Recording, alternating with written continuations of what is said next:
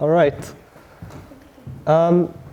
So I started back in September 2015, so I'm also like Åsa, just in the final stage of writing up my dissertation, editing the final text.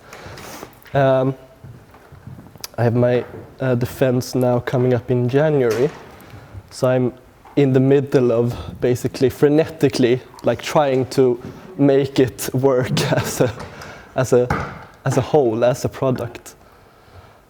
So before coming here today, I was deliberating a little bit about how to structure the presentation, and I decided that rather than trying to recap my entire dissertation in 20 minutes or so, I will instead introduce you a little bit more generally to the research topic that I have been addressing, which in my case has to do with the question concerning the nature of technology as it figures in the geoscientific discourse.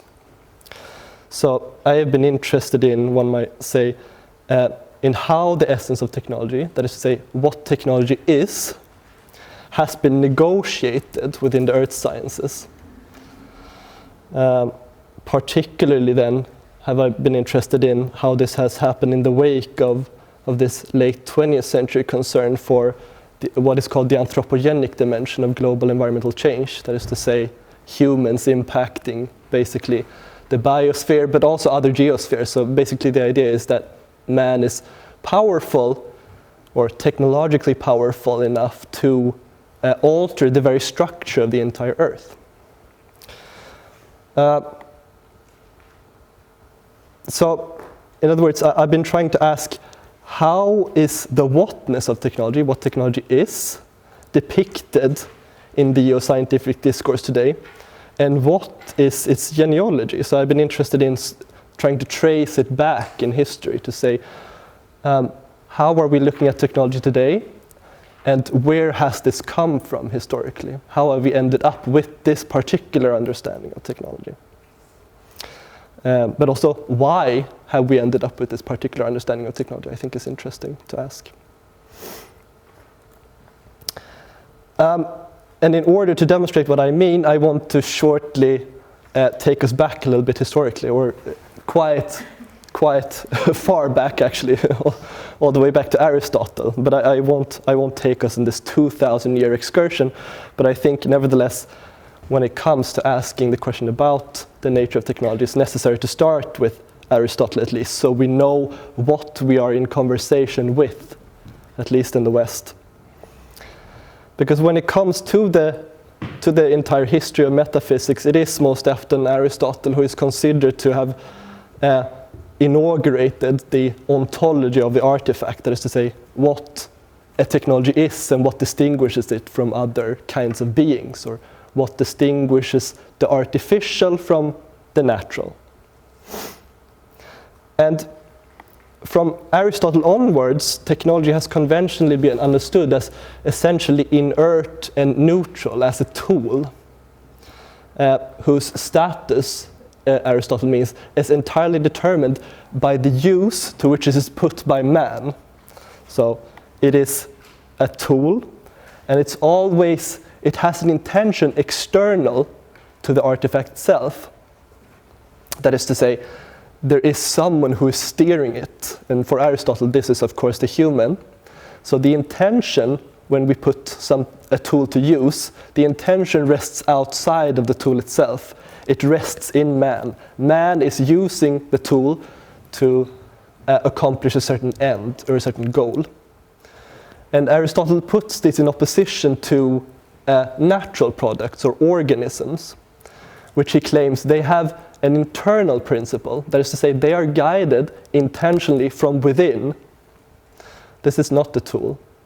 So, for example, an organism grows by itself, it reproduces itself, it is guided by, it is organized internally, it's self-organized, Aristotle says.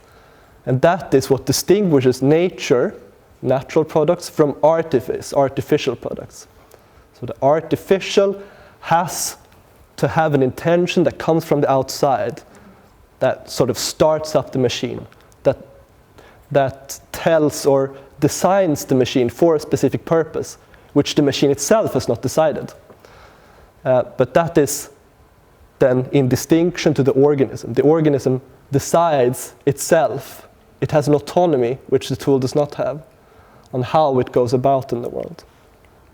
And I think such is the understanding of the essence of technology that has dominated Western metaphysics ever since Aristotle. That is to say, technology is a prosthesis to either nature or reason or man. So it's a supplement to all these things. Technology is a supplement that is used by either man or a supplement to sort of better nature, while the organism is constitutive in itself. The organism is self-directed. So that's the difference that we have.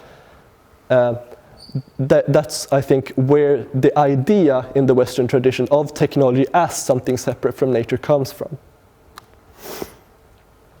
But in modernity, on the other hand, I think we are presented with an increasing number of transgressions of the Aristotelian boundary between nature and artifice. And we are doing so both on a microscopic as well as a macroscopic scale.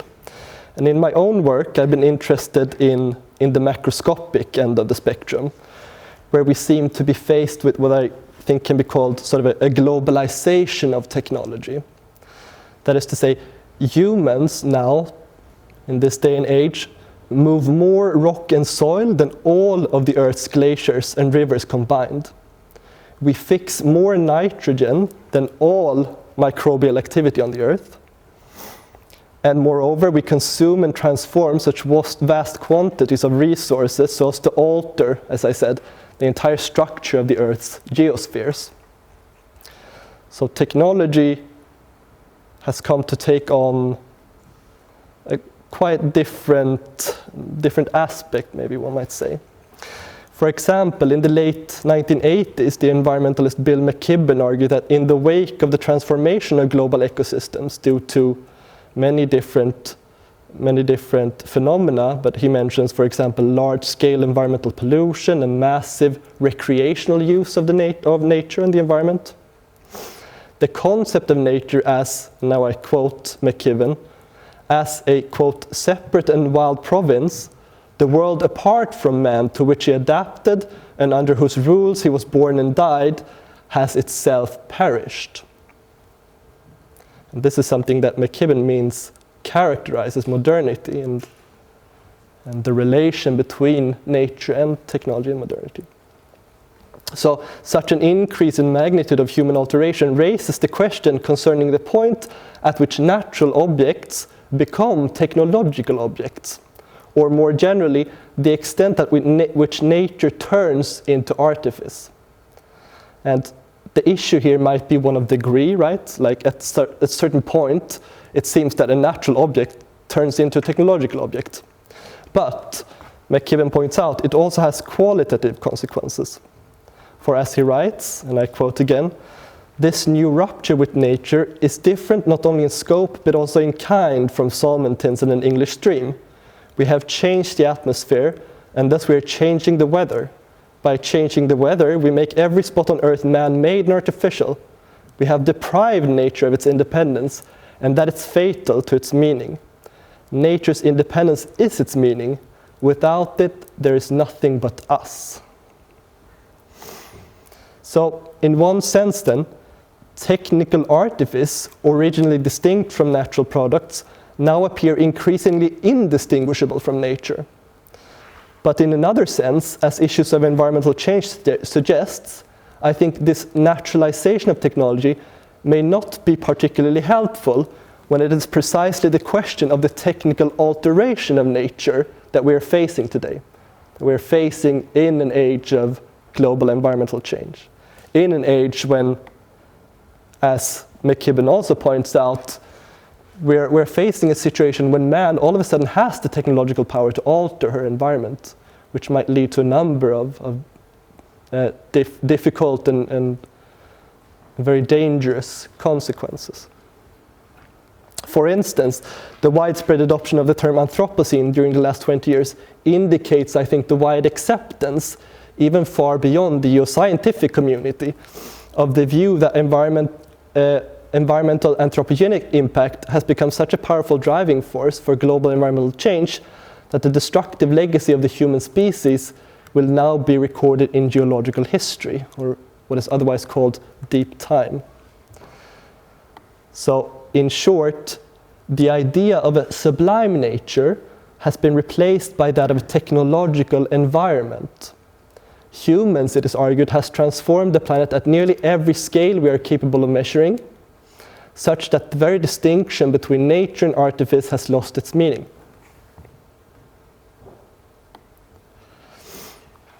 So I'm interested in this shift, one might say. What happens to the entire Western canon once technology becomes so ubiquitous that it can be said to have become a global planetary phenomenon, to the point that it not only sort of permeates nature throughout, but thereby also expands beyond the control of man. And in both cases, I think it loses this instrumental value that Aristotle described technology as having. That is to say, technology becomes more and more a sort of environment that we live within, rather than a tool that we use to alter nature.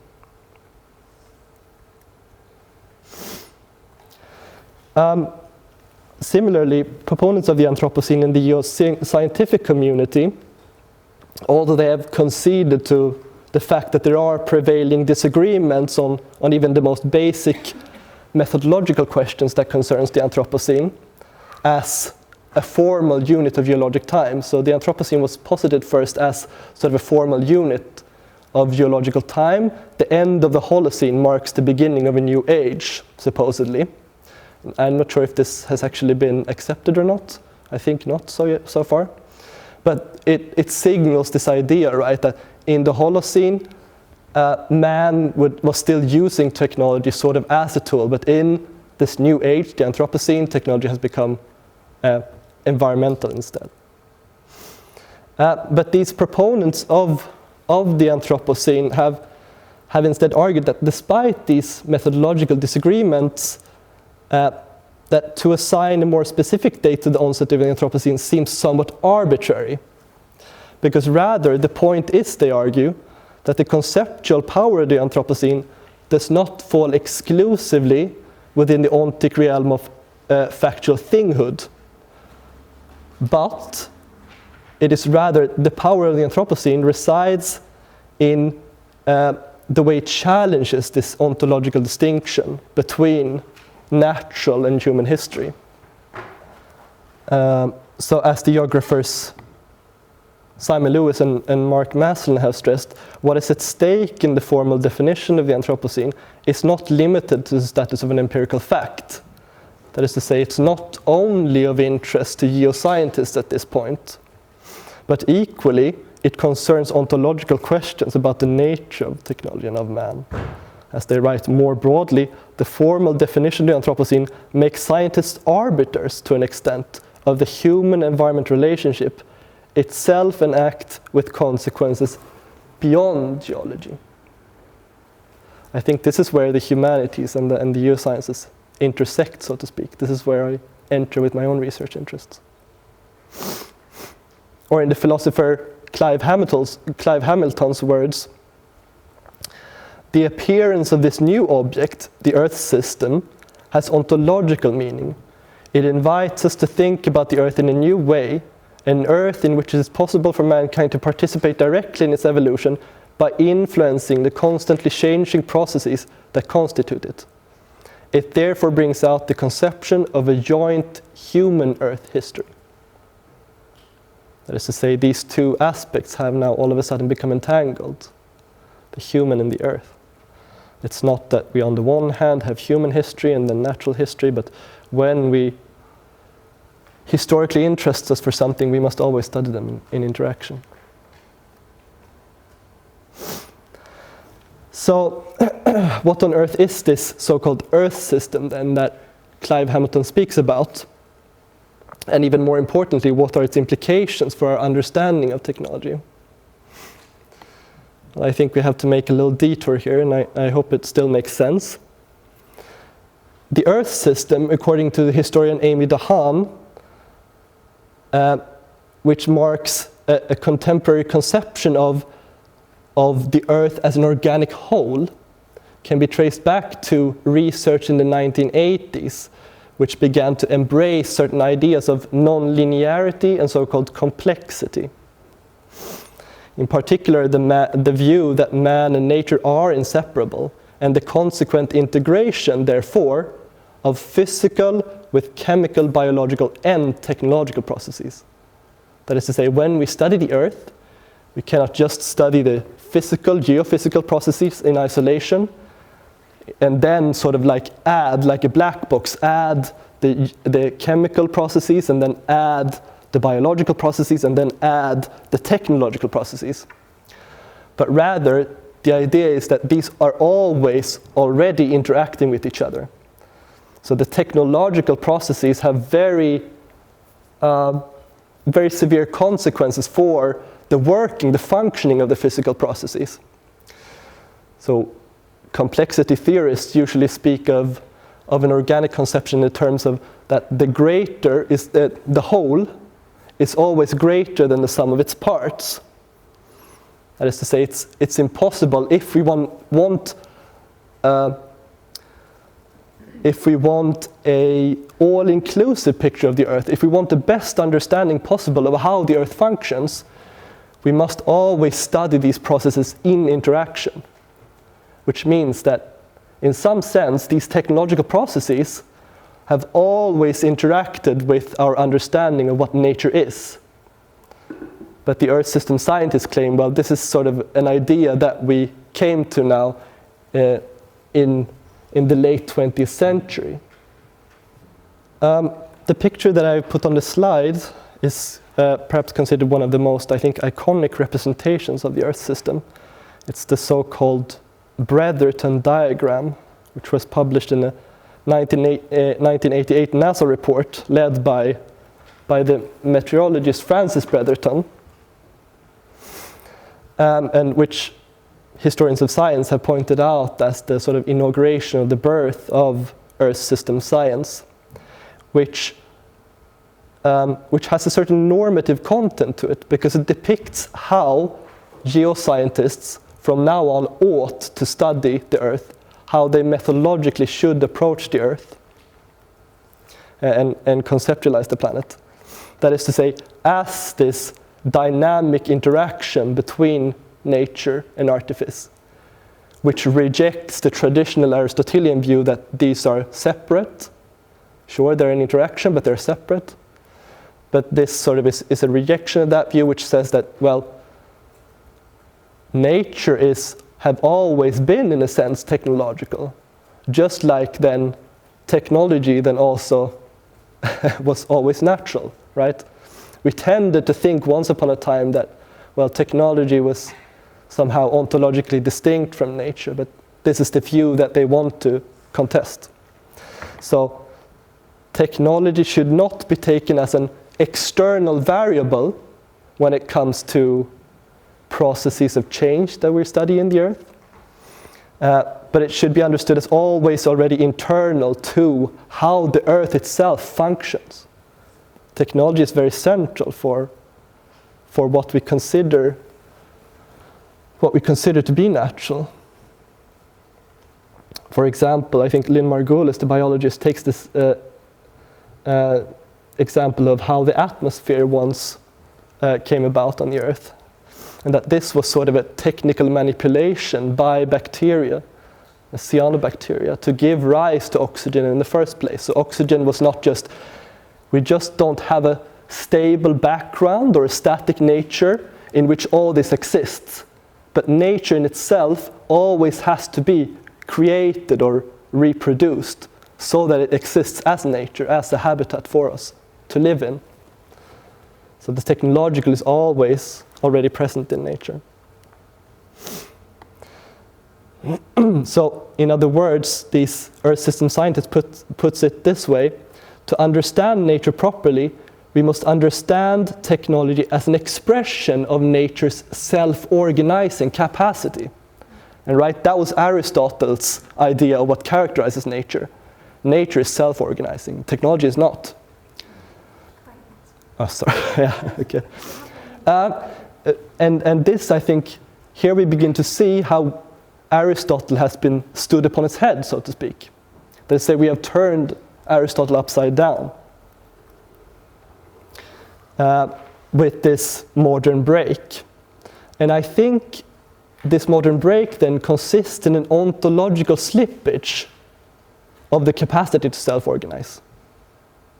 So, in other words, the very distinction between nature and artifice, which Aristotle located in the capacity to self-organize, has been challenged. Now technology itself is merely one of the systems which do self-organize. Technology is extremely central to the Earth, so central that it cannot be said to not have this similar capacity to self-organize. And this is very much evident in the current geoscientific discourse on the Anthropocene. And I've just taken an example here, the geophysicist Peter Haff, who draws upon this idea of a dynamic interaction between geospheres as an expression of the Earth's self-organization, and has proposed that the spatial manifestations of the Anthropocene consists in the emergence of a new geosphere, what he calls the technosphere.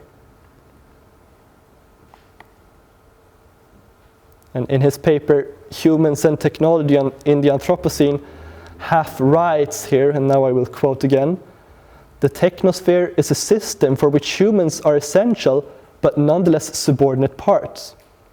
As shorthand, we can say that the technosphere is autonomous." And see, here he introduces this autonomy that before this modern break, only the organism possessed. And this does not mean that humans cannot influence its behavior, but that the technosphere will tend to resist the attempt to compromise its function. It is a global system whose operation underpins the Anthropocene, and therefore merits special attention in our attempts to understand the role of humans in a nascent geological epoch. So putting all these observations together, Haff arrives at an understanding of technology where technology looks rather organic than mechanistic. So if technology for Aristotle was mechanistic and that sort of distinguished technology from nature, now all of a sudden it seems like we are possessed by an understanding or a mode of disclosure what technology is, in which technology appears as more and more organic instead. So rather than conceptualizing technology as an instance of the biological, that is to say, as a tool that the biological organism can use, according to Haff, we should switch the picture altogether. So we should detach the organic from the biological realm to introduce it to also the artificial realm, or the technical realm. So, in other words, instead of I think the scientific reductionist attitude has been to reduce the organism to sort of a mechanical view of the world. And it has been recurrently critiqued for doing so, right? Like everything can be reduced in the end to just efficient causes, like billiard balls crashing into each other. And this somehow it doesn't give due to our autonomy as human beings to actually be morally and politically responsible for our actions. But here I think we're also faced with a different attitude from this scientific reductionist one, which is its complete inversion. That is to say, everything is reduced to the organic instead. So it's not just nature and humans now that are organic, but it's also technology, even the artificial. For instance, as stated by the British geologist Jan Salesiewicz, the Anthropocene represents a new phase in the history of both humankind and the Earth, where natural forces and human forces became intertwined, so that the fate of one determines the fate of the other. And just to conclude, I think it is in this manner that the technological spreads and extends across the globe, all the way to the point as it culminates in the power of geophysical force, it loses its properties as artificial, and with the loss of these properties, that which would allow it to be distinguished from nature in the first place. So insofar as the Anthropocene discourse has upturned the classical idea of natural systems perturbed by man's activities into its opposite, that of artificial systems sustaining an essentially technical biosphere. And this is not to argue that we, in the Anthropocene, never encounter nature in itself, since our experience of nature is always sort of technologically mediated.